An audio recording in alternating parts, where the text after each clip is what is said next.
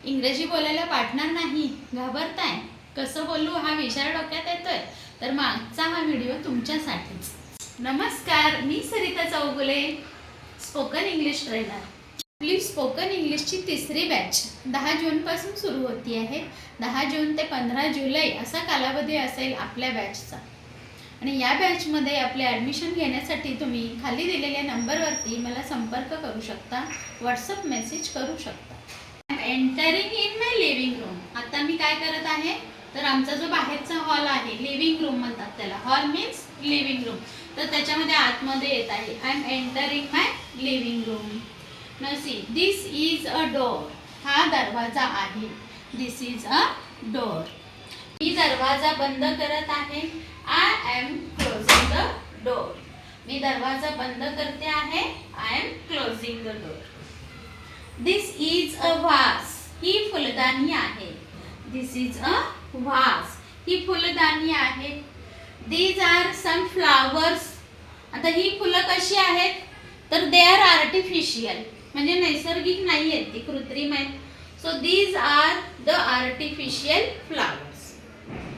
यांचा रंग सांगू शकतो आपण.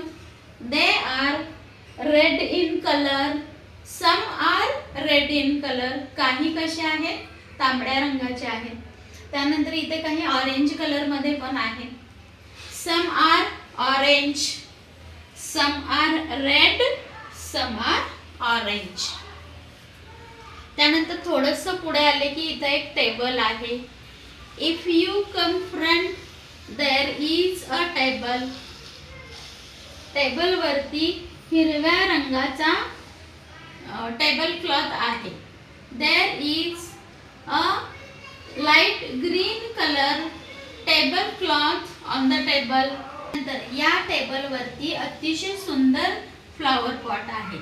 देर is a beautiful flower pot on the table. त्या फ्लॉवर पॉट मध्ये काय आहेत, तर पिवळ्या रंगाची फुलं इथे लावलेली आहेत बघा. त्या फ्लॉवर पॉट मध्ये पिवळ्या रंगाची फुले आहेत. There are some yellow flowers in the pot. There are some yellow flowers in the pot. त्यानंतर इथे आपल्याला काही हिरव्या रंगाची पानं पण दिसतात. So we can see किंवा I can see some green leaves here. इथे मी काही हिरव्या रंगाची पाने पाहू शकते. त्यानंतर आता ही भिंत आहे. So this is a wall. भिंतीचा रंग कसा आहे, तर ऑफ व्हाईट आहे. You can see a wall असंही आपण म्हणू शकतो. ही भिंत आहे. दिस इज अ वॉल. ही भिंत तुम्ही पाहू शकता. You can see a wall. त्यानंतर भिंतीवरती काही डेकोरेटिव्ह वस्तू आहेत. There are some decorative pieces on the wall. याचं नाव काय आहे, या डेकोरेटिव्ह पीसचे नाव आहे dream catcher. This is a dream catcher. हे डेकोरेटिव्ह पीस आहे. It is a decorative piece. त्यानंतर इथे अजून एक डेकोरेटिव्ह पीस आहे. You can see another decorative piece here. इथे कोपऱ्यात कॉर्नर मध्ये लॅम्प आहे. हा, डेकोरेटिव्ह लॅम्प आहे. कोपऱ्यामध्ये डेकोरेटिव्ह लॅम्प आहे. You can see a decorative lamp in the corner.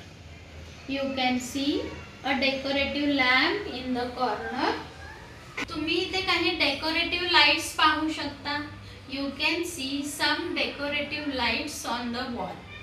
You can see some decorative lights on the wall.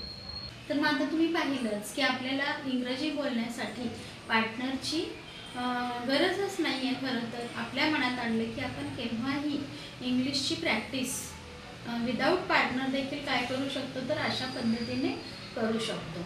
आपल्या living रूममध्ये, त्यानंतर किचनमध्ये आपण काम करत असताना बोलू शकतो.